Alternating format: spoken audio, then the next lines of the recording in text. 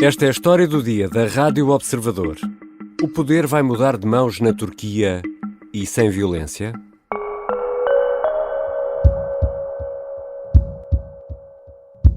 Bir kanal açmaya çalıştım. Bu kanalı başaramadık. Esta é a voz de Muharrem İnce, o opositor de Erdogan nas eleições turcas de 2018, em que não foi além dos 30% dos votos. İnce era agora o terceiro na corrida eleitoral deste domingo, mas desistiu. Os 2% de eleitorado que representa podem ser suficientes para desbloquear as eleições e dar a vitória ao líder da oposição, Kemal Kılıçdaroğlu, o homem que poderá derrotar o presidente Erdogan. Os dias do todo-poderoso Erdogan podem estar perto do fim? E por que são as eleições turcas tão importantes no atual contexto internacional?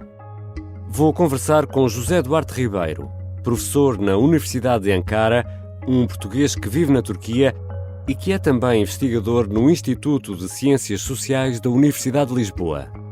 Eu sou o Ricardo Conceição e esta é a história do dia.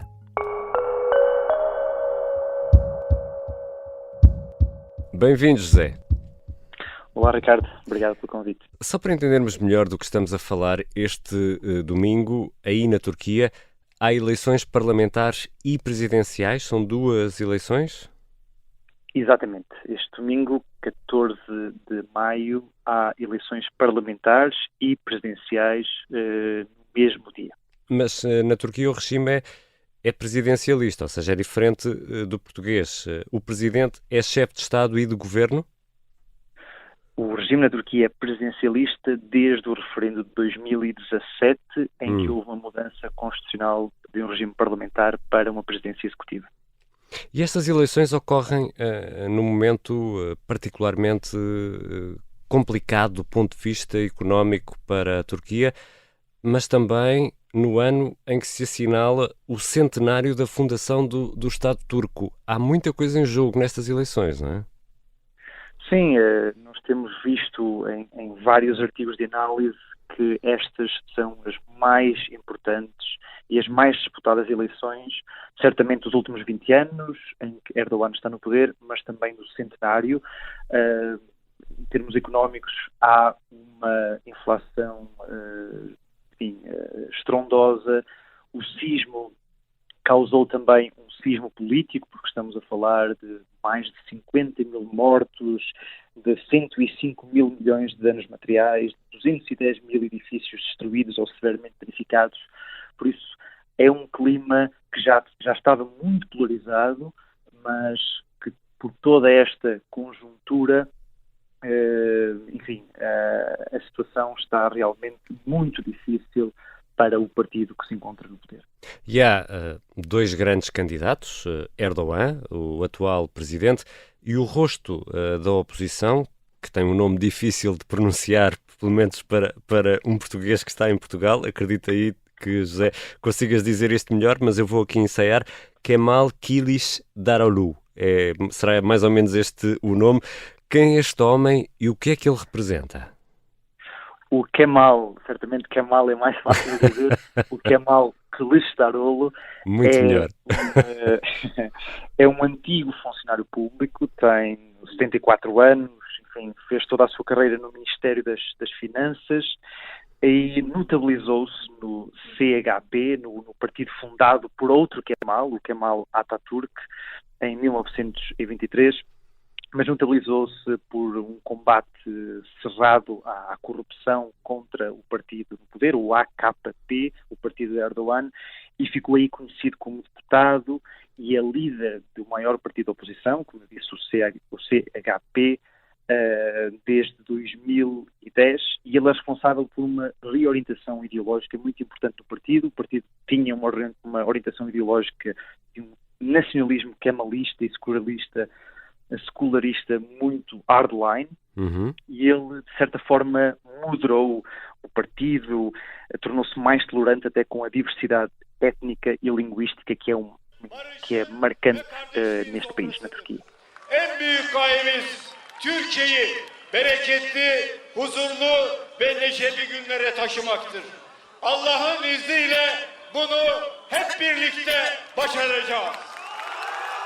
E tem o apoio de vários partidos. É uma espécie de coligação contra Erdogan, é isso? Na verdade, são 6 partidos, 6. conhecido como Altılı Masa, ou seja, a mesa dos 6. Nem todos esses 6 têm a mesma representatividade, o mesmo peso político.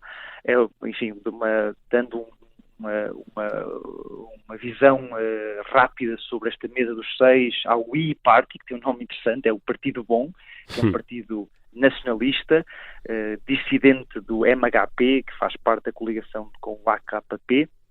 Depois temos 2 partidos dissidentes que surgem de 2 figuras importantes, foram ministros de Erdogan, depois de saírem do seu partido, formaram outros 2 partidos, e depois há um partido histórico, que é o Partido Democrata, histórico, mas que já não tem representatividade eleitoral, mas é um partido de várias orientações, enfim, é um caleidoscópio político, foi difícil a negociação, enfim, aquilo que os une, a cola, digamos assim, entre esta coligação, é um consenso alargado que é necessário mudar este regime na Turquia conhecido como o Tek Adam regime, o regime do homem só, o de Erdogan, para de volta a um regime parlamentar. E José Eduardo Ribeiro, e os curdos ficaram de fora desta vez? Os curdos não ficaram de fora, eles têm a sua própria coligação, estão coligados numa outra coligação que se chama Coligação do Trabalho e Liberdade, estão coligados com partidos de esquerda, enfim, de esquerda radical, de partidos também, os Verdes, essa coligação, formaram um novo partido, porque até à última eles, enfim, havia a ameaça deles não poderem concorrer sequer.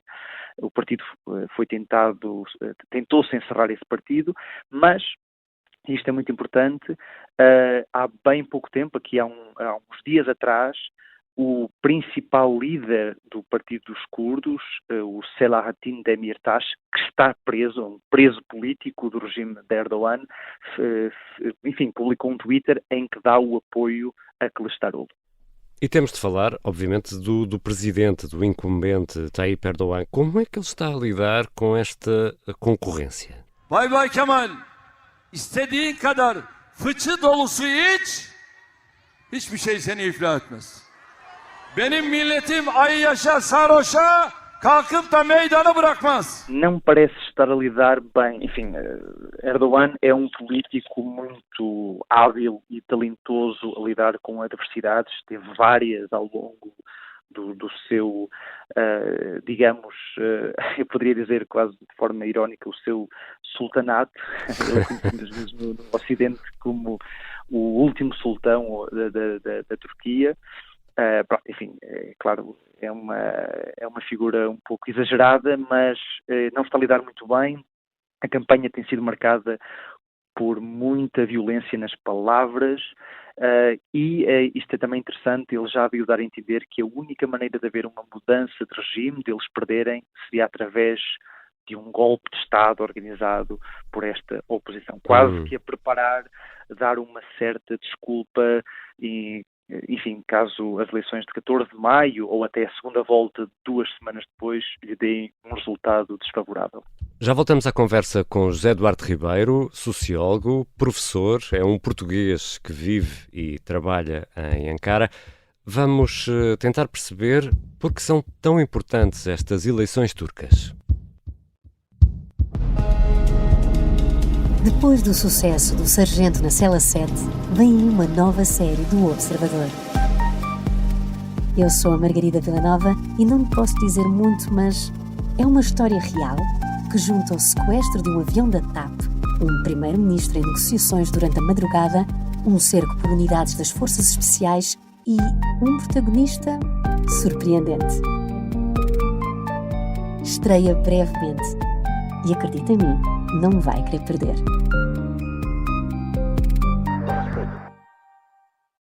Voltamos à conversa com José Eduardo Ribeiro, sociólogo, professor na Universidade de Ankara. José, neste momento as sondagens dão um cenário de incerteza, o que poderá levar à tal segunda volta de que falavas, a 28 de maio. A desistência de Inge, que representará cerca de 2% dos eleitores, pode aqui ter um papel decisivo. Inge não deu uma indicação de voto, mas é um homem da oposição e estes votos podem ir para o candidato à oposição.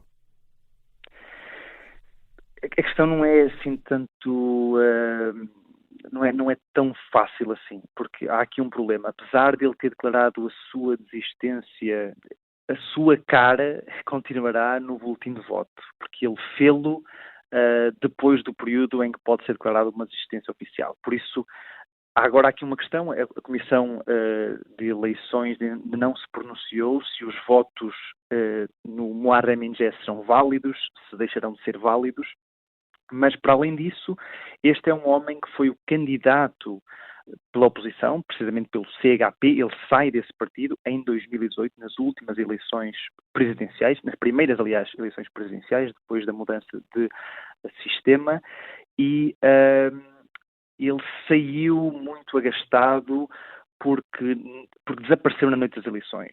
Depois de serem conhecidos os resultados, ele envia uma mensagem, isto é muito curioso, por telemóvel para um conhecido jornalista e ele lê essa mensagem direto e a mensagem dizia Adam kazandı, o homem ganhou. Ele referia-se a Erdogan. E ele desistiu e desaparece nessa noite eleitoral. E quando haviam até, enfim, relatos de irregularidades, de possível fraude eleitoral, porque, enfim, poderia haver uma certa contestação às eleições terem sido ganhas à primeira volta por Erdogan. Ele desaparece, depois sai a mal do partido, funda agora o seu partido, mas parece que tomou a decisão de sair.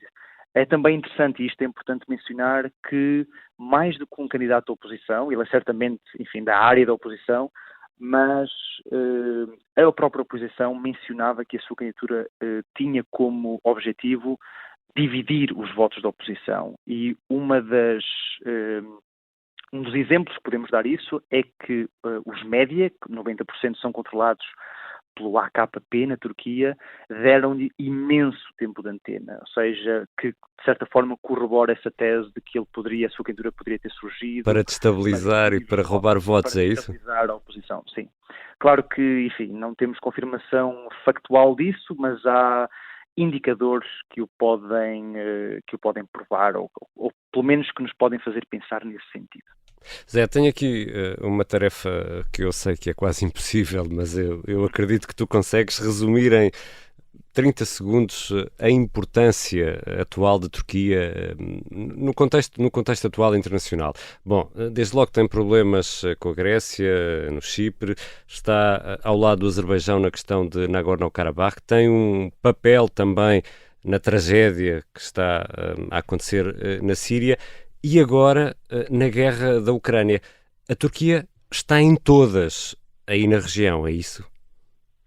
Muito rapidamente, está em todas, sempre porque fez parte nos últimos 10 anos de um plano de Erdogan de se tornar uma potência regional, mas mais para consumo interno, para se revelar e para se assumir como um líder forte, um ator no campo das relações internacionais. Um Ataturk.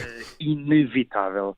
Sim, de certa forma, para destruir ou apagar esse legado que existe. Do lado da questão do Azerbaijão, há uma outra questão, que é a questão militar. A Turquia produz drones que vendeu ao Azerbaijão. Aliás, digamos, o CEO dessa empresa dos drones é genro de Erdogan. Aqui também se revelam as ligações familiares. Na Síria há a questão, obviamente, da Turquia ter a maior população de refugiados do mundo, à volta de 4 milhões de sírios ainda a viver na Turquia, e na guerra na Ucrânia, não só pelos drones, que vendeu à Ucrânia também, mas porque foi um mediador importante no acordo dos cereais. Mas isto, e mais uma vez ressalvo, é um papel de Erdogan de se assumir como um ator imprescindível no plano das relações internacionais, mas mais para consumo doméstico. E do ponto de vista militar, e já tocaste aí nesse ponto, a Turquia pertence à NATO e tem um exército muito, muito poderoso, com armas poderosas made in Turquia, não é? Sim, a Turquia tem o segundo maior exército da Aliança Atlântica e uma das grandes apostas naquilo que é a nova Turquia, assim designada, que o Erdogan e o seu partido tentaram desenhar ao longo destas últimas décadas, apostou no boom da construção, porque foi aí que conseguiu criar a sua rede clientelista de grandes empresas que financiam o partido e suportam o partido, mas também através da indústria militar. Eu já falei que o seu genro, um dos seus genros, é o CEO o Bayraktar. Aliás, até o apelido do seu genro dá o nome aos drones, os drones Bayraktar. Então sempre foi, ou tem sido, uma aposta muito forte da Turquia em indústria militar, de certa forma para ter menos dependência, pelo menos é isso que eles argumentam, daquilo que é, enfim, as compras militares a outros parceiros da NATO, nomeadamente dos Estados Unidos. Vamos aqui voltar às eleições, porque se a oposição vencer, importa tentar perceber o que é que poderá mudar aí na Turquia. Nós temos uma ideia possivelmente exagerada, de que a Turquia está muito condicionada pela religião, pela mão de Erdogan, e que já foi mais ocidental do que é hoje. Isto, se calhar, é uma ideia completamente errada da realidade, Zé. Até certo ponto é errado. A Turquia não está assim tão condicionada pela religião. O secularismo da Turquia ainda é dominante. As instituições são, na sua prática diária, seculares. Há uma divisão. Eu diria que a religião foi usada mais como veículo para a consolidação de poder do que propriamente como um fim em si. Agora, a Turquia está condicionada pelo autoritarismo de Erdogan. Isso sim, e isso é das primeiras coisas que pode mudar. Pode haver aqui uma lufada de ar fresco, um oxigênio no que diz respeito às liberdades civis, certamente no que diz respeito à libertação de presos políticos. Já falei do Demirtas, do líder, digamos, do maior partido, enfim, que representa a população curda na Turquia. E depois há uma questão também que é combater a corrupção que se tornou endémica no país e certamente deixar esta postura beligerante que a Turquia assumiu no plano internacional e focar-se mais nos problemas internos, nomeadamente na recuperação da economia que está e na valorização da sua moeda, que perdeu mais de metade do seu valor na última década. Essas são certamente as mudanças que podemos esperar, mas eu focaria duas: a mudança de regime presidencialista de volta a um regime parlamentar e uma abertura, um respeito por aquilo que são os direitos e liberdades civis no país. E Erdogan, sobretudo, sempre foi um homem com mão de ferro, vamos dizer assim, sobretudo desde a tentativa do golpe de 2016, tem reforçado o seu poder e terá até, nesta altura, o controlo de milícias armadas, como os Lobos Cinzentos. Este é um homem para aceitar a derrota e sair de cena? Não é um homem para aceitar a derrota e sair de cena, e nós temos um precedente que são as últimas eleições no país, que foram as eleições municipais, em que eles perderam, enfim, o partido do poder, o AKP, claro, e Erdogan, perdeu Istambul, perdeu Ankara, dois grandes bastiões que estavam nas suas mãos nos últimos 20 anos também. Aliás, Istambul é o início da carreira política de Erdogan. Ele foi presidente da Câmara de Istambul nos anos 90 e ele disse uma frase que se tornou depois, enfim, famosa: quem perde Istambul perde a Turquia, e ele poderá tornar-se vítima da sua própria premonição. Agora, depende daquilo que sejam os resultados. Se forem resultados muito próximos, ele pode não aceitar a derrota, mas também depende daquilo que sejam garantias à sua saída do país ou à sua saída de cena. Mas não vejo nenhum cenário em que a derrota seja aceite como são aceitos em condições institucionais normais em qualquer país que tenha uma democracia, enfim, sólida. Mas será possível à Turquia conseguir ultrapassar estes resultados destas eleições deste domingo sem tumultos graves, sem violência, ou não? Os 100 anos da democracia turca são marcados por várias intervenções militares, por vários golpes de Estado. Por isso, a democracia turca, o centenário da democracia turca não pode ser visto sem tumultos e sem violência. Mas as instituições da Turquia sempre revelaram uma grande resiliência. Eu diria que eu não me arrisco a fazer prognósticos. Se há coisa que eu não arrisco a fazer na Turquia são prognósticos, especialmente eleitorais. Mas eu diria que poderão haver tumultos pontuais, localizados, mas não compro a tese de que haverá uma guerra civil. Não vou tão longe. Obrigado, Zé. Obrigado eu, muito obrigado pelo convite.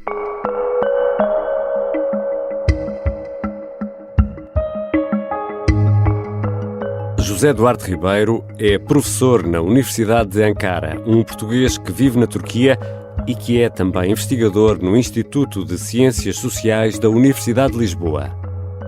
Esta foi a história do dia e é muito importante que nos siga onde nos ouve habitualmente, seja no site do Observador, seja nas plataformas de podcast como Spotify ou Apple Podcast.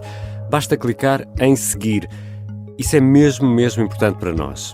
Obrigado.